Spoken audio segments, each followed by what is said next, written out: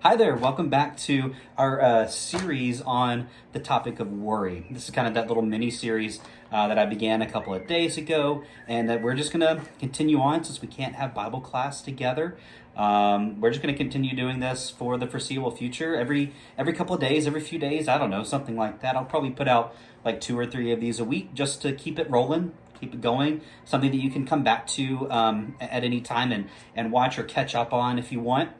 Um, as we talk about worry, last time we talked about a verse from Proverbs.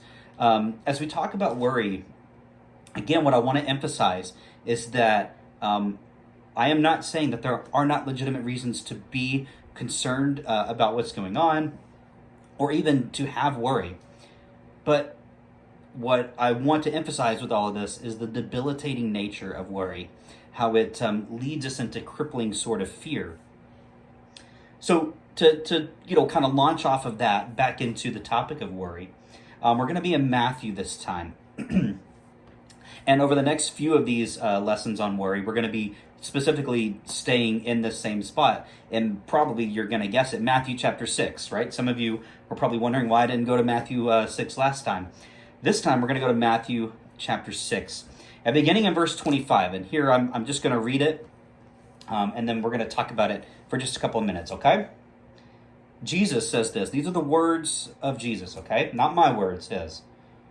That is why I tell you not to worry about everyday life, whether you have enough food and drink or enough clothes to wear.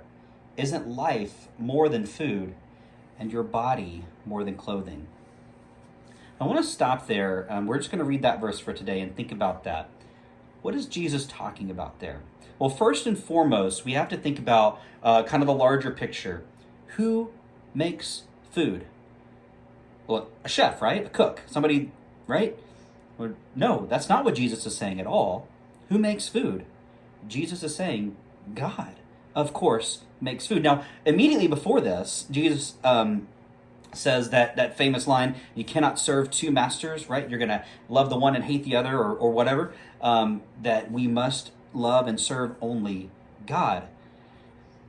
Jesus is carrying off from that, and that's why it begins. That's why I say not to worry. If you worship God, if you love God, if God, Yahweh, if the Lord is your master, then you have no reason to worry.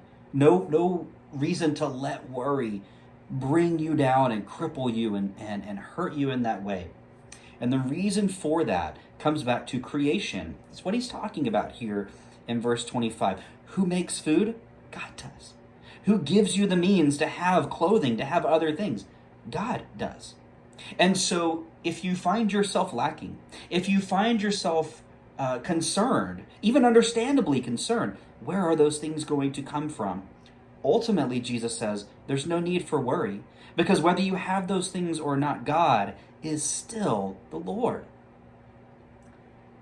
Our lives cannot revolve around worry. If they do, everything else gets sucked in. It's like this black hole, this sort of void that just sucks everything in.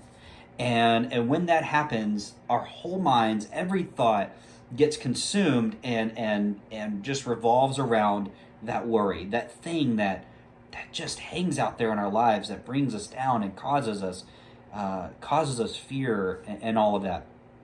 And so what Jesus is saying, remember that God is creator.